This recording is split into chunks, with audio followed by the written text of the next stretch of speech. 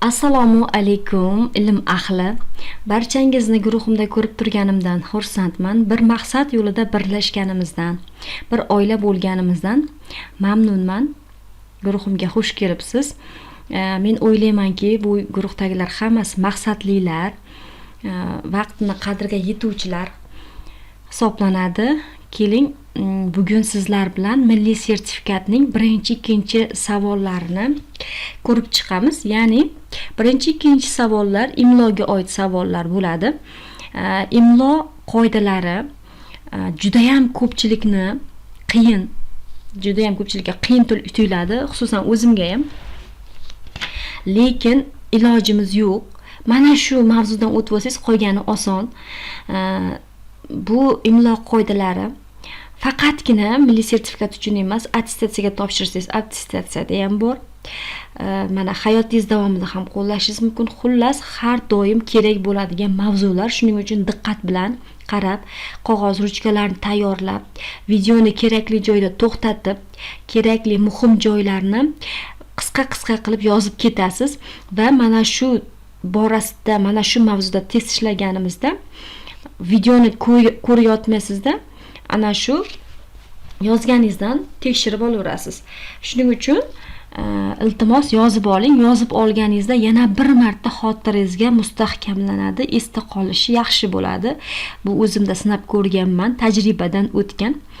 Shuning uchun yozib oling eng muhim nuqtalarni. Buni keyinchalik ham mana farzandlaringiz topshirar yoki o'zingiz darsda yoki boshqa faoliyatlarda foydalanasiz. Shuning uchun albatta daftar ruchkani tayyorlab yozib oling. Qani bo'lmasam boshladik. O'zbek tilining yangi imlo qoidalari mana bu 7 ta bo'limdan tashkil topgan. Bular harflar imlosi, asos qo'shimchalar imlosi, qo'shib yozish va hokazo 7 ta bo'lim, mana ko'rib turganingizdek. Endi bizga bulardan harflar imlosi, asos qo'shimchalar, qo'shib yozish, chizib yozish, ajratib yozish, boshqa harflar imlosi kerak. Ko'chirish qoidalaridan hali tushgani yo'q, ko'rmaganman tushganini. Shuning uchun men endi bu o'zbek tilining yangi imlo qoidalari bir nechta mayda qismlardan tashkil topgan, juda ham ko'p. Endi men mana shulardan qiyin bo'lmasligi uchun ana shu milliy sertifikatga tushadigan muhim joylarni ajratib olganman. Diqqat qilasiz. Mana birinchi unlilar imlosi. Unlilar imlosida biz e'tibor beradigan narsa mana bu yonma-yon keladigan unlilar. Mana ko'ryapsizmi? I bilan A. Ikki xil unli yonma-yon kelyapti. Mana shunday unlilar kelganda talaffuzda milliard deb bitta y-ni mana talaffuz qilib ko'ring. Bitta y-ni orttirib talaffuz qilamiz. Milliard, material, mana materialda ham i bilan a yonma-yon kelyapti. Material, millionda million deymiz, million demaymiz-da, million deymiz. Bitta y-ni orttirib aytamiz. Radio, shoir deymiz, Ukrain, Said, doim mana ikkita unlilar o i kelyapti bu yerda.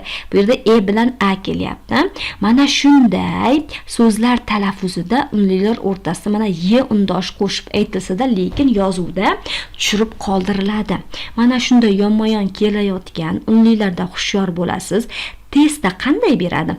Mana bu to'g'ri imloviy jihatdan to'g'ri yozilgan so'zlar qatorini belgilang deb beradida, mana bu milliy xuddi talaffuzdek yozib qo'yadi. Talaffuz mana bitta y bilan milliard, mana bunday holatda milliard deb yozib qo'yadi. Material, siz buni o'qiysizda ha to'g'ri deb o'tib ketishingiz mumkin. Mana shularga e'tibor bering. Material tarzda berib qo'yish mumkin, shunga e'tibor bering. Bu xato. Demak, talaffuzda yana aytsak ham, lekin biz uni yozuvda ifodalamaymiz. Agar mana shularning orasiga bitta y-ni qo'shib qo'ysa, demak ana shu javob xato bo'ladi, chiqib ketaverasiz o'sha javobdan. Keyingisi mana ta'ssurot, taalluqli, ta'jub kabi mana qo'sh unlilarimiz turibdi. A ikkita bir xil unlilarimiz. Undashga e'tibor bering, unli haqida gaplashyapmiz. Unlilarimiz turibdi. Mana shu unlilarimizda ham ikkalasini bir xil tengdan talaffuz qilmaymiz. Ta'assurot demaymiz, ta'ssurot deymiz. Bittasini talaffuz qilamiz, lekin ularni yozuvda ifodalaymiz. Masalan, inshoot deymiz, inshoot demaymiz. Shuning uchun ularni bittasini yozuvda talaffuzda bittasini aytsak ham, lekin yozuvda ifodalab kelamiz. Unlilar saqlanadi deyapti mana. Keyingisi undoshlar imlosi. Mana bu so'zlarga e'tibor berasiz. Avtomat, avtobus, f deb talaffuz qilamiz talaffuzni. Mana avtomat, avtobus, avtomobil kabi so'zlarda v tovushini biz f tarzda talaffuz qilamiz, lekin yozuvda v yoziladi. Sizga qanday berib qo'yish mumkin buni? Mana bunday holatda, ya'ni f ni v shaklida berib qo'yadi. Siz endi ko'zingiz har doim tez o'qib ketasiz, avtomatik ravishda to'g'riga olib ketishingiz mumkin. Shunda e'tibor bering. Mana avtomat, avtobus mana f tarzda berib qo'yadi buni va bu xato hisoblanadi. V tarzda yozilishi kerak. Obod, ozod, faryod kabi so'zlarda mana d tovushi t deb talaffuz qilamiz talaffuzimizda. Lekin yozuvda d deb yozishimiz kerak. Testda sizga mana bu faryod so'zi ko'p tushadi. Faryod mana bunday holatda beradi. Demak, tadqiqot ham juda ham ko'p tushadi. Buni tadqiqotni mana bunday holatda beradi. Mana mana bunday holatda beradi. Tadqiqot beradi. Bu yog'i to'g'ri, lekin mana bu t emas, nima bo'ladi? D bo'lish kerak. Tadqiqot tarzda bo'ladi. Farzand, band, poyez so'zlaridagi d undoshi, go'sht, past, artist so'zlaridagi t undoshi talaffuzda tushib qoladi. Farzand demaymiz-da, farzand deymiz, to'g'rimi? Oxirdagi mana bu undosh tovushlar tushib qoladi. Go'sht demaymiz-da, go'sht deymiz. Past demaymiz, past deymiz. Oxirdagi undosh tovushlar tushib qolyapti, lekin bularni yozuvda ifodalaydi. Testda sizga mana bunday holatda beraman. Farzand deb qo'yadi. Talaffuz qilganimizda to'g'ri, lekin imlo jihatdan yozuvda xato. Imloviy jihatdan xato yozilgan so'z. Mana shularga e'tibor bering. Bu demak farzand bo'lishi kerak. To'rtinchisi, xuddi shuningdek, metal, kilovat, kongress kabi so'zlar oxiridagi qo'sh undoshlardan biri talaffuzda tushirib qoldirilsa ham yozuvda hamisha ifodalanadi. Mana metallala demaymiz, kilovat, tata, kongress demaymiz, kongress, kilovat, metal deymiz. Bunga qo'shimcha yana bitta narsani aytaman sizga. Xuddi mana shu mana qaysi harf bilan tugayapti? Mana metal l bilan tugayapti. Xuddi mana shu harf bilan boshlanuvchi qo'shimchalar qo'shilganda bitta mana bu bir xil tovush tushib qoladi. Agar buni mana qo'shib ko'radigan bo'lsak, bu mana bunday holatda bo'ladi. Qaranglar, metallar bo'ladi. Metallar yana bitta l bo'lishi kerak o'zi aslida mana qo'shganimizda. Chunki metalda ikkita l, larda yana bitta l bor. Qo'shsak 3 ta l bo'lib ketadi. Demak, bunday bo'lishi mumkin emas. Demak, til qoidalariga zid bo'ladi. Shuning uchun mana bu bitta lasi nima qilinadi? Tushib qoladi. Mana bu metallarga xuddi shu tovush bilan boshlanuvchi, demak, qo'shimcha qo'shilsa, bittasi tushib qolar ekan. Kilovatga ham, kongressga ham xuddi mana shu tovush bilan, harf bilan boshlanuvchi qo'shimcha qo'shilsa, tushib qolar ekan. Demak, bunga ham e'tibor berib qo'yasiz. Mo'jiza, mo'tadil, mo'tabar kabi so'zlarda u unlisi cho'ziqroq aytiladi, lekin bularda tutuq belgisi bo'lmaydi. Mo'jiza, mo'tadil, mo'tabar kabi so'zlarda. Endi mas'ul so'zi ham ko'p tushadi. Buni mana bunday holatda beradi. Mas'ulni tutuq belgisi mas'ul tarzda beradi. O'qilishi jihatdan to'g'ri, lekin mas'uldan keyin mana bu holatda tepadagi turgan so'z mas'ul to'g'ri variant hisoblanadi. Mas'ul emas, mas'ul yozilishi kerak. Bunga ham e'tibor berib yozib qo'ying. Keyingisi asos va qo'shimchalar imlosi. Asos va qo'shimchalar imlosida asosan o'zakka qo'shimchalar qo'shiladi va bir nechta tovush o'zgarishlari bo'lishi mumkin. Sayla plus va qo'shimchasini qo'shaylik, hosil bo'ladi saylov. Demak, bunda mana bu la tarzdagi demak ayimiz oga o'zgaryapti ekan. Sayla o'zi aslida qo'shganimizda saylav bo'lish kerak. Mana bu ayimiz oga o'zgaradi. Shunga e'tibor berishimiz kerak. Xo'p, keyingisi ajratib yozish. qanday so'zlar ajratib yoziladi? Birinchi o'rinda qo'shma fe'llar. Qo'shma fe'l degani demak ikkita fe'lli fe'llarimiz deylik, qo'shma fe'llarimiz. Masalan, sotib olmoq, borib kelmoq, kirib chiqmoq, olib kelmoq kabi fe'llarimiz nima qilinadi? Qo'shib yozilmaydi, ular ajratib yoziladi. Va ko'makchi fe'lli so'z qo'shilmalarimiz bor. KFSQ deymiz, buni fe'l mavzusida o'tib beraman. Ular ham ajratib yoziladi. Aytib qo'ya qoldi. Masalan, o'qib chiqdi. O'qiysiz, lekin chiqmaysiz. Lekin bular KFSQ bo'lganligi uchun ajratib yoziladi. Ikkinchi qoidasi, mana olmoshlarda ko'p keladi, ravishlarda bor. Har, hech, bir, u, shu, o'sha, hamma bular demak olmoshlar. Mana shu so'zlar o'zi birikib kelgan so'zdan ajratib yoziladi. Mana bu so'zlarni yozasiz va bu so'zlar o'zi bog'langan so'zdan ajratib yoziladi. Mana har kim, har narsa, hech kim, hech narsa. Bir, u, shu, o'sha. Mana o'sha joyda. Hamma vaqt kabi. Bular mana shu o'zi birga kelgan so'zdan ajratib yozilar ekan. Uchinchisi ko'makchilar o'zi bog'langan so'zdan ajratib yoziladi. Yordamchi so'z turkumlari bo'lmish. Ko'makchi o'zi bog'langan, otga bog'lanib keladi. Mana shu bog'lanib kelgan so'zdan ajratib yoziladi.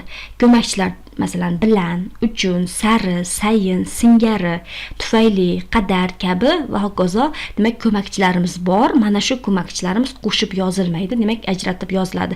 Endi bu yerda biz mana bu bilan, uchun ko'makchilariga e'tibor berishimiz kerak. Bilan, uchun ko'makchisi badiiy uslubda bilan la shaklida, mana bu la shaklida, uchunimiz chun shaklida qisqarib keladi. Badiiy uslubda, mana she'riyatda deyligi, senla borgum desak, sen bilan borgum emas, endi chiroyliroq chiqish uchun, ta'sirliroq chiqish uchun shoirlar bilan emas, la shaklda qo'llaydi she'riyatda, she'rni jozibali qilish uchun. Senla borgum desak, demak mana shunda la bilan chun chiziqcha bilan yozilar ekan. Hozir biz aytdik-ku, mana ko'makchilar o'zi bog'langan so'zdan ajratib yoziladi degan edik, lekin bunga e'tibor beradigan narsamiz la chun chiziqcha bilan yoziladi. Qachon? Qisqargan shaklda. Mana onam la. Bu endi yoysak buni onam bilan bo'ladi-da. Lekin la shaklida kelish mumkin. La shaklida kelganda chiziqcha bilan yoziladi. Mana bu sen uchun bo'ladi agar yoysak. Lekin sen chun she'riyatda sen chun qisqargan shaklda ishlatishimiz mumkin va lekin bunda chiziqcha bilan yozish kerak bo'ladi. Boshqa hollarda ajratib yoziladi. Mana shu la bilan chunni eslab qoling. Agar bular to'liq holatda kelsa, tepadagidek mana vatan uchun, siz bilan ajratib yoziladi. Faqat qisqargan shaklda chiziqcha bilan yoziladi. Qiyin emasa, unchalik qiyin emas. Etap yozib borsangiz, misollari bilan yozsangiz, misol esingizda qoladi. To'rtinchisi, sifatning orttirma darajasini yasovchi. Mana shu so'zlar ham ko'p keladi, eslab qoling. To'q, och, tim, jiqqa kabi so'zlar o'zi bog'langan so'zdan ajratib yoziladi. Misoli bilan eslab qoling. Tim, qora, ko'p tushadi shu ham. Tim qorani testlarda mana bunday holatda beradi, mana qo'shib qo'yadi. Bu xato. Demak, xato deysizda o'sha javobdan chiqib ketasiz. Bitta so'zda xato ko'rsangiz ham, ana shu so'z sizga kalitni topishda yordam beradi. Tim qora so'zi mana shunday holatda turibdimi? Demak, o'sha savolni ABCDdan qaysi birida turgan bo'lsa, o'sha savolni bemalol o'chira olasiz. Chunki siz qoidani bilasiz. Tim qora, demak, ajratib yozilishi kerak deysizda, o'sha javobdan chiqib ketasiz. O'zi amalamda yozilishi kerak. Mana och ko'k, to'q sariq kabi bu so'zlar demak o'zi bog'langan so'zdan ajratib yoziladi. Mana jiqqa ho'l deymiz, jiqqa ho'l ajratib yoziladi. Qo'shma sonlar ajratib yoziladi. Endi buni bilasiz. 19, 20, 105 kabi sonlar. 6-chisiga e'tibor bering. Yildan yilga, kundan kunga kabi ko'rinishdagi birliklar ham ajratib yoziladi. Bitta oson qoidani aytaman. Qarang. Mana bu yildan yilga, kundan kunga. mana bu ikkita, mana bir nima deylik, takror deylik. Takror so'zlarni o'rtasida kelishigi bormi? Hech narsa qo'ymaysiz. Chiziqcha ham qo'yilmaydi, hech narsa qo'yilmaydi, ajratib yoziladi. Agar buni mana qarang, qo'shib yozaman desangiz, mana bunday holatda bo'ladi. Shunaqa so'z ko'rganmisiz? Yo'q-da. Mana qarang. Mana yildan yilga. Endi bu yerga chiziqcha qo'yilishiga mana bu kelishib qo'shimchasi xalaqit beradi. Shunaqa deb yodlab oling, oson bo'ladi. Yildan yilga, demak dan bormi? Dan o'sha chiziqchani vazifasini bajaryapti deb o'ylang. Hech narsa qo'yilmaydi. Yildan yilga, kundan kunga. Ko'rdingizmi? O'rtasida dan kelishki qo'shimchasi bor. Yoki buni o'rnida ga bo'lishi ham mumkin. Ga bo'lishi ham mumkin. Mana o'ziga o'zi desak, mana yozaman. O'ziga o'zi. Qarang, o'rtasida ga bormi? Hech narsa qo'ymaysiz. Kelish qo'shimchasi borligi uchun qo'yilmaydi. Shunaqa deb yodlab qoling. So'zlar o'rtasida kelish qo'shimchasi bo'lsa, chiziqcha ham qo'ymayman, hech narsa qo'yman, ajratib yozaman. Shu holda yodlab qoling. Xo'p, 7-si. Nuqtai nazar, tarjimai hol, dardi bedavo kabi izofali birikmalar ham ajratib yoziladi. Mana bu izofali birikma deyiladi. Bular mana unli bilan tugagan so'zlarga yi shaklida qo'shiladi. Mana nuqta unli bilan tugayapti. Yi shaklida, tarjima yi shaklida unli bilan tugayapti. Dardi bedavoda mana dardi undosh bilan tugaydi, i qo'shiladi. I yoki yi qo'shiladi. Mana bu tarjimai holda ham ko'pchilik tarjimai deb yozib qo'yadi. Bu hayotingizga ham kerak bo'ladi. Eslab qoling, unli bilan tugaganligi uchun yi qo'shyapmiz. Nuqtai nazarda ham yi qo'shiladi unli bilan tugaganligi uchun. Izofali birikmalar i yoki yi. Mana shundan farqlab oling. Mana shular bo'lsa, mana dardi bedavo, tarjimai hol, nuqtai nazar izofali birikma bo'lganligi uchun bular ajratib yoziladi. Tugadi, bu ham ketdi. Endi bosh harflar imlosi. Kishilarning ismi, bosh harflar deganda albatta hammaning ko'z oldiga atoqli otlar keladi. Kishilarning ismi, taxallusi yoki bo'lmasa joy nomlari keladi. Joy nomlari mana Andijon, Farg'ona, Namangan, Samarqand, Buxoro, Qashqadaryo va hokazo joy nomlari. Faqat u atalgan bo'lishi kerak, atoqli bo'lishi kerak. Kishilarning ismi ham endi atab qo'yamiz. O'sha tug'ilganda mana shunaqa bo'lsin deb unga ot atab qo'yamiz. Shuning uchun ular bosh harfda yoziladi, kishilarning taxallusi. Endi qarang, hayvonlarga atab qo'yilgan nomlar bosh harfda yoziladi. Agar biz hayvonlarga atab aynan mosh, simba, qoplon kabi ismlarni qo'ysak, bular bosh harfda yoziladi. Lekin mushuk, it kabi nomlar bilan, umumiy nom bilan atasak, mushuk, it so'zlari kichik harf bilan yoziladi. Buni ham eslab qoling. Endi 3-chisi aytayapti, mana mamlakat, shahar, qishloq, shaharchalar, daryo, dengiz, tog', tepa, adir nomlari ham bosh harfda yoziladi. Buni bilasiz endi. Joy nomlari albatta mana mamlakat bo'lganligi uchun joy nomi, endi o'sha joyga atab qo'yganmizda nom. Shuning uchun atalganligi uchun bular bosh harfda yoziladi. Korxona, tashkilot, muassasa nomlari ham demak bosh harfda yoziladi. Endi 5-siga e'tibor bering. Muhim tarixiy sanalar va bayramlar nomi bosh harf bilan yoziladi. Muhim tarixiy sanalarimiz bor: Mustaqillik kuni, Navro'z bayrami, Yangi yil, Xotira kuni. Mana shu muhim tarixiy sana bayramlarning nomining tarkibidagi faqat bitta so'z bosh harfda yoziladi. Qolganlarni kichkinada yozasiz. Bizda testda mana bunday holatda beradi. Mustaqillik kuni deydida, kunini bosh harfda yozib qo'yadi. Demak, bu javob albatta xato bo'ladi. Bayram tarixiy sana nomlaridagi birinchi so'z bosh harfda yoziladi xolos. Qolganlari kichik harfda yozilishi kerak. Tushunarlimi? Endi 6-siga keldik. Oliy darajadagi davlat tashkilotlari. Oliy darajadagi davlat tashkilotlari bo'lsin, xalqaro birlashmalar nomi bosh harfda yoziladi.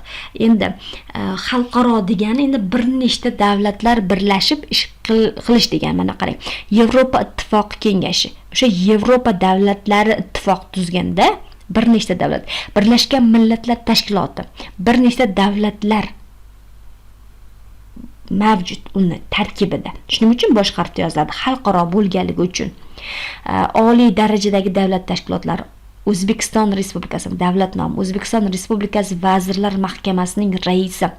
Ya'ni o'sha hammasi bosh harfda yozilishi uchun davlatni boshqarish kerak. Oliy Majlis, ya'ni Oliy sud, bular bosh harfda yoziladi, chunki davlatni boshqaradi. Endi boshqa vazirliklar mana Sog'liqni saqlash vazirligi, Mudofaa vazirligi, Davlat test markazi, Umid jamg'armasi, bularni tarkibidagi boshqa vazirliklar, oddiy vazirliklarimiz bor-ku, mana shu vazirliklarimizni tarkibidagi faqatgina birinchi so'z bosh harfda yoziladi, bo'ldi, qolgani kichik harfda yoziladi. Endi oliy darajadagi unvon, mukofotlar deganda mana shu ikkitasini yodlab qolasiz, bo'ldi, qolgani kerak emas. O'zbekiston qahramonini yodlab qoling, ko'p tushadi. Mana unvoni qo'sh tirnoq bilan yozilyapti. O'zbekiston so'zi ham, qahramoni so'zi ham bosh harfda yoziladi, oliy davlat unvoni bo'lganligi uchun. Va oltin yulduzni eslab qoling. Oltin yulduz ham bosh harfda yoziladi. Ikkala so'zi ham, oltin ham, yulduz ham bosh harfda yoziladi.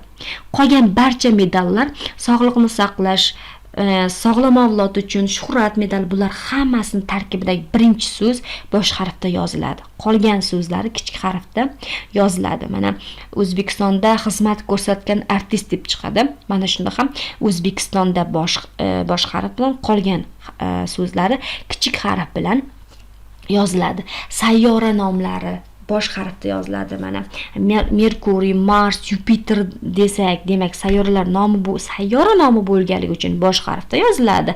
Yer, oy, quyosh so'ziga e'tibor bering.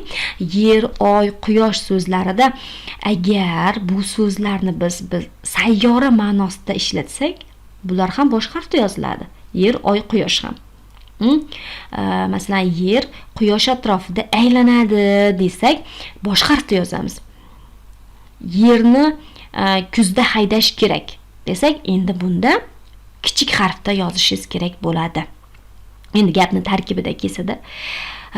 Hozirgi mana aytganim, to'g'rilarni topishimiz kerak. E'tibor bering, o'zidan o'zi. O'zidan o'zi. Qaysi biri to'g'ri deyapti? Demak, mana javob chiqdi. O'zidan o'zi. Chunki orasida kelishki qo'shimchasi borligi uchun chiziqcha shart emas. Demak, birinchi javobimiz to'g'ri.